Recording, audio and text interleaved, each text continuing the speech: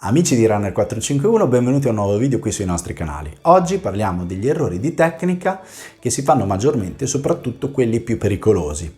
Quando parlo di errori pericolosi parlo di quelli che possono portare a un maggior rischio di infortuni. Il primo errore, proprio partiamo da, se si può fare una classifica, io questo lo metto al primo posto, è quello del overstriding appoggiando di tallone a gamba completamente estesa, quindi angolo del ginocchio a 0 gradi. Cosa significa? Lo vediamo qui in questo video. Significa che il piede, come vedete, appoggia molto lontano dal baricentro, la gamba in completa estensione.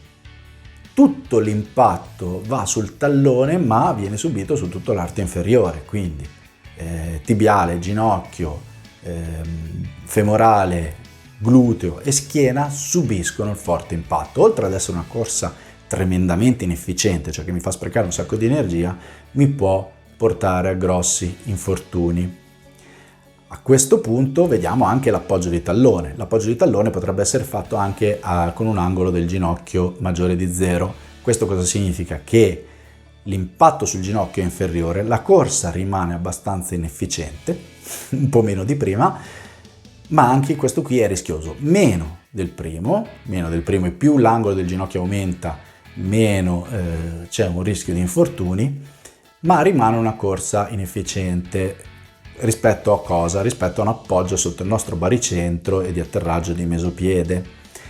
Quale può essere qui il rischio? Può essere qui il rischio che se ho un'eccessiva pronazione appoggiando di tallone me la godo tutta, cioè non riesco assolutamente a calmierare l'eccesso di rotazione interna che fa il piede in fase di appoggio.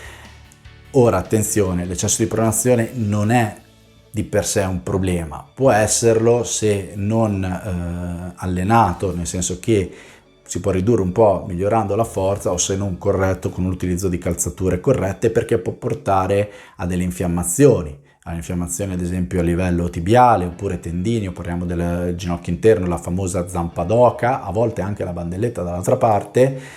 Quindi anche l'appoggio di tallone e l'errore di tecnica può portare a dei problemi. Altro errore che porta tanta inefficienza nell'economia della corsa è un'eccessiva rotazione del bacino, come vediamo in questo video, in cui le braccia, ruotando troppo verso l'interno, ricordiamo che il movimento delle braccia dovrebbe essere un movimento quasi parallelo, che con le braccia o le spalle belle rilassate, l'angolo del braccio più o meno a 90 gradi, che passi col braccio che passa più o meno all'altezza delle pelvi, delle creste iliache.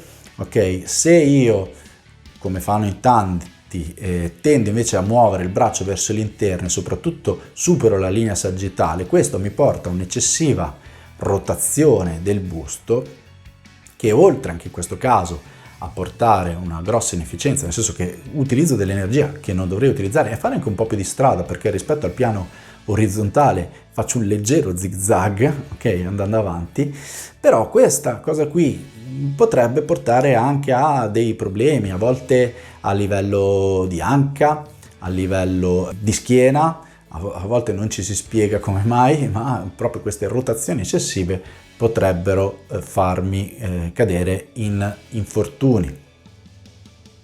Altra cosa, una mancanza di forza e di stiffness, quindi una reattività quando appoggio a terra, mi può portare, come vediamo qui, soprattutto in condizioni di stanchezza, magari non nei primi chilometri, ma più avanti, a incedere troppo e ad affondare troppo ad ogni passo di corsa. Cosa succede? Succede un fenomeno, in inglese è una cosa che poi si valuta quando facciamo la valutazione biomeccanica, il pelvic drop, cioè proprio vediamo che il bacino incede a sinistra e a destra. Questo incedere a sinistra e a destra, proprio perché l'appoggio e la spinta non sono più reattive e magari anche un core non abbastanza forte per reggere la mia corsa, o soprattutto per reggerla dopo un po' di tipo un'ora e mezza di lavoro, può andare a crearmi degli infortuni, quindi perché vado a caricare troppo sull'anca e soprattutto sul trochantere.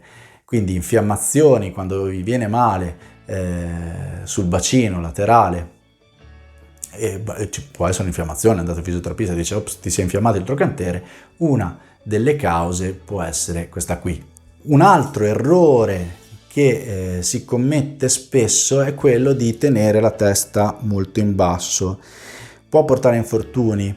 Diciamo che la testa molto in basso può spostare i glutei indietro e questo può aumenta, il bacino dovrebbe stare bello avanti nella corsa, aumenta la distanza bacino-gamba e qui rivado ad appoggiare di tallone, quindi è un errore che indirettamente mi può portare i problemi di cui al punto 1, quindi che vado con la gamba troppo in estensione in appoggio, e allo stesso tempo mantenere una postura un po', passatemi il termine, gobba durante la corsa può non fare bene alla mia schiena. Ultimo errore che si vede fare spesso e che può portare dei problemi è saltare, cioè la corsa con i balzi.